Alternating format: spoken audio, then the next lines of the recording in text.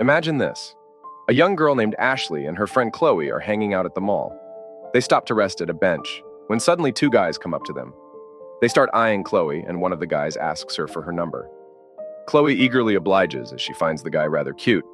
The second guy smiles and then also asks Chloe for her number, which she gives, and then the two guys leave. Ashley is left completely unacknowledged, though she tries to play it off by laughing and suggesting they grab a drink down at the soda shop. Secretly, though, she is devastated. Now let's cut to a quiet suburb where Ashley and her friend are walking home from school. Suddenly they spot Rebecca, who runs up to them holding a paper of some sort. "Look what I got!" she says with great enthusiasm. "The guys in our class made a list of girls they find attractive. I'm number 6. Ashley glances at the list, and her worst suspicions are confirmed. She isn't on it. Finally, one hot July day, Ashley is walking down the street. Suddenly, a strange boy she's never seen before runs up to her and says, "You look cute today. Can I have your number?" As a reflex, she gives it out, even though she knows it's unsafe, but the boy doesn't write it down. He then returns to his group of friends, and Ashley notices them laughing hysterically and looking back at her, as though she's the butt of some private joke. Ashley goes home and cries.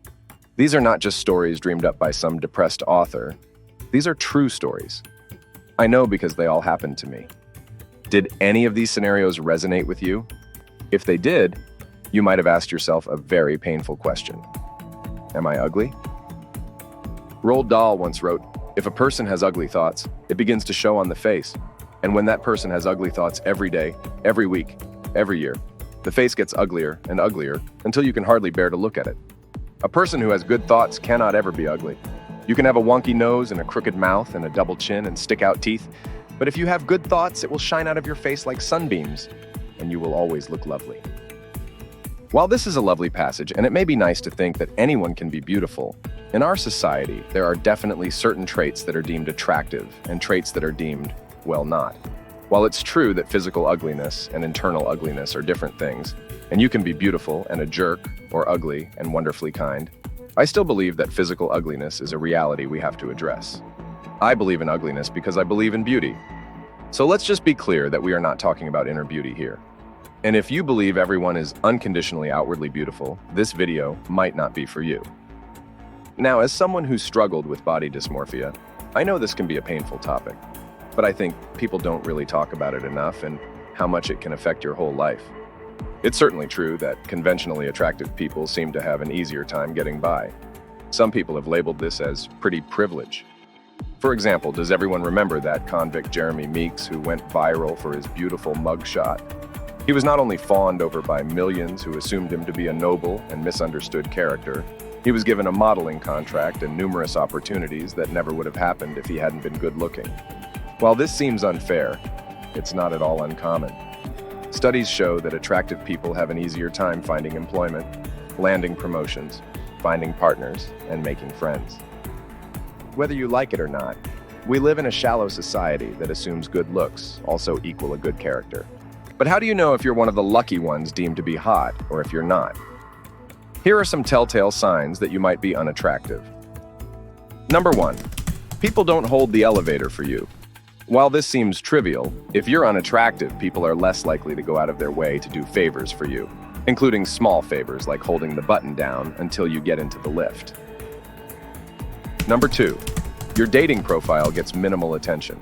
Your inbox is virtually empty, and you just know hundreds of people have scrolled right past you. No matter how funny or accomplished your written part is, the pictures just doom you from the start. Number 3, no one ever gives you random compliments. There is a term some people use called touch-starved that describes how lonely people feel when they haven't touched or been touched by anyone in a long time. I believe there is also a phenomenon known as being compliment-starved, where you suffer psychologically from hardly ever receiving praise, whether it be about your looks or otherwise. No one needs to have their ego fed 24/7, but when it's been years since anyone complimented you for anything, your mental health starts to suffer. Number 4, people don't even notice you exist. People are much more likely to ignore someone whose looks are unremarkable, as if to say, you simply don't matter. This can be devastating for the affected individual and can really take a toll on their self-esteem. Number 5, people compliment the person beside you and then just ignore you. This happened to me all the time as a kid. People would compliment my sister and say nothing to me. It made me feel like there was something seriously wrong with me. Most of the time, people don't even notice they're doing this. Number 6, you never get special treatment, like special discounts, free gifts, or above and beyond customer service. You might notice more attractive people in your life getting handouts that you couldn't imagine yourself getting.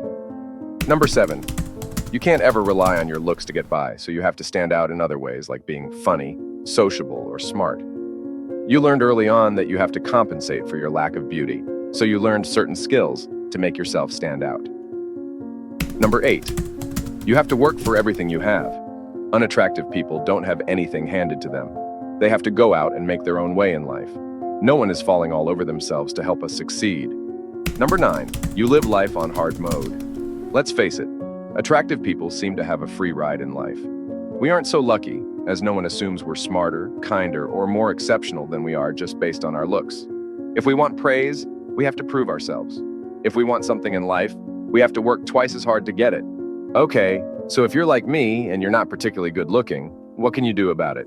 Here's some coping mechanisms I've learned after a lifetime of sadness and disappointment. 1, don't be a victim. If you go around all the time feeling sorry for yourself, you'll never actually accomplish anything. It's easy to just say, I'm ugly, and lay down and give up, but trust me, you're not hopeless. You can be passable and yes, even desirable if you truly work on yourself. 2, maximize your potential.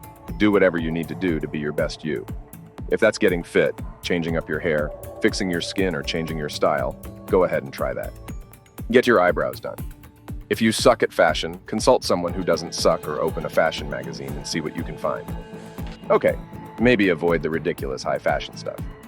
Follow some models on Instagram, not like these crazy runway ones, just regular everyday street fashion. 3, follow your passions. People won't find you attractive if you've got nothing going on. 4, practice. Improve your social skills. Someone with good social skills is automatically more attractive than someone with poor social skills. Just remember, social skills are skills. Yes, some people are born naturally gifted at communicating and making friends, but that doesn't mean that you can't develop your abilities and become good at it just because it doesn't come easy to you. Try socializing with people who share your interests. If you like knitting, join a knitting club. If you like sports, go to a sports event and chat somebody up. If you like anime, go to a convention and meet people. Make some friends before going on a date. This is the best way to grow your confidence. And finally, be nice but not submissive. Nobody wants a jerk, but nobody wants a pushover either. If you have an inferiority complex, work on that. Keep telling yourself that you're the greatest, but treat others with respect. Be super kind to wait staff and public service workers. That concludes this video. If you or someone you know are suffering from poor self-esteem and self-loathing, please reach out to a mental health professional or someone who is both willing and able to listen. Don't put yourself down and remember to be kind to yourself. You are lovable and worthy of love.